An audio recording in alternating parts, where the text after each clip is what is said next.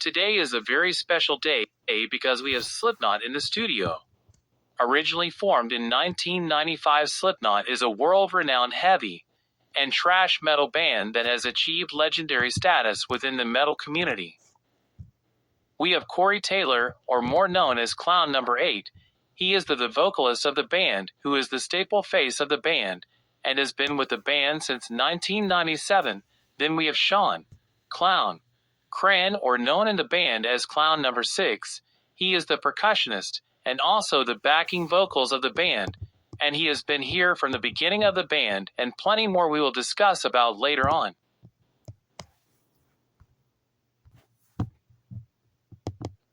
Let's move on with the questions. So tell me, what were the band's hardships like?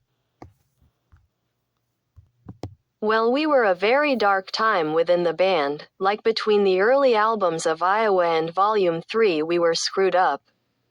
Constant hazing with band members, mainly Chris Fain, was a constant victim of hazing and abuse within the band since with early days we didn't know what the hell was going on. At that time we were just rising to fame, so it screwed us up majorly.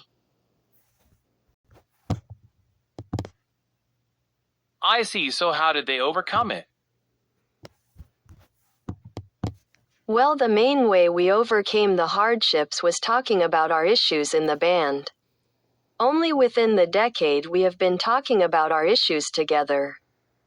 Since back then we didn't care about what issues we had, we just wanted to go on tour and get our fans hype as hell.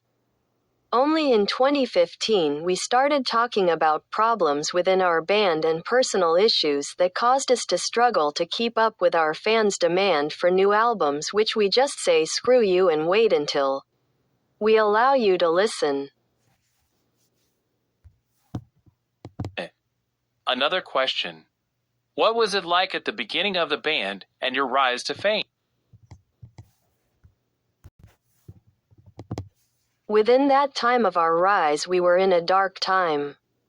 Constant abuse and drug usage within the band, which caused us to fight more than ever at that time. The only reason we actually came back for Volume 3 and released it was because Rick Rubin in a hole. It was our rebirth and the cause to overcome our problems in the band. Fame. And what were your different shows like at the time, and in their intensity? Absolutely god-dang insane. Like if you saw our tours in the early late 90s and early 2000s. It was like we were controlling the dang crowd with the amount of intensity, and it was the best thing to see ever when on tour. Seeing the waves of people is what we were made for. So obviously you guys went on an hiatus during early times. So how difficult was it to record the earlier volumes during the hiatus times? Well, during our hiatus in the early years we were on drugs and other crap when trying to record Iowa and Volume 3. Since remember we were rising into fame at a rate we could have never thought of, and it made us angry and gave us so many issues. Luckily when we had Rick Rubin to help us even continue with our journey. One is here for mainly. What caused the band to go into a hiatus during Volume 2 and 3?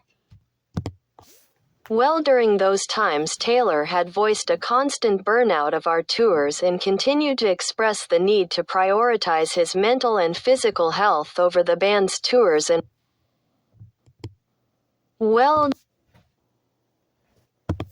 during those times Taylor had voiced a constant burnout of our tours and continued to express the need to prioritize his mental and physical health over the band's tours and releasing new albums, which led to cancelled tours all over the world and to focus on his solo career more, including the firing of multiple of our band members over the years. It put a toll on everyone since we considered them basically brothers, and our post-tour fatigue made us exhausted with everything. Since going on tour for a whole year or two made us miss a lot of moments around us, and it took a lot of time for us to come back together and start recording again. Plus, we need to focus more on our future phase of the band, which will change over time, but Taylor is considering more of a gloves-off approach to our next phase. Well, that's all the time we have right now, so thank you for coming on, and have a great day. And I didn't use my voice because I didn't feel comfortable using it, so I just went with an AI approach.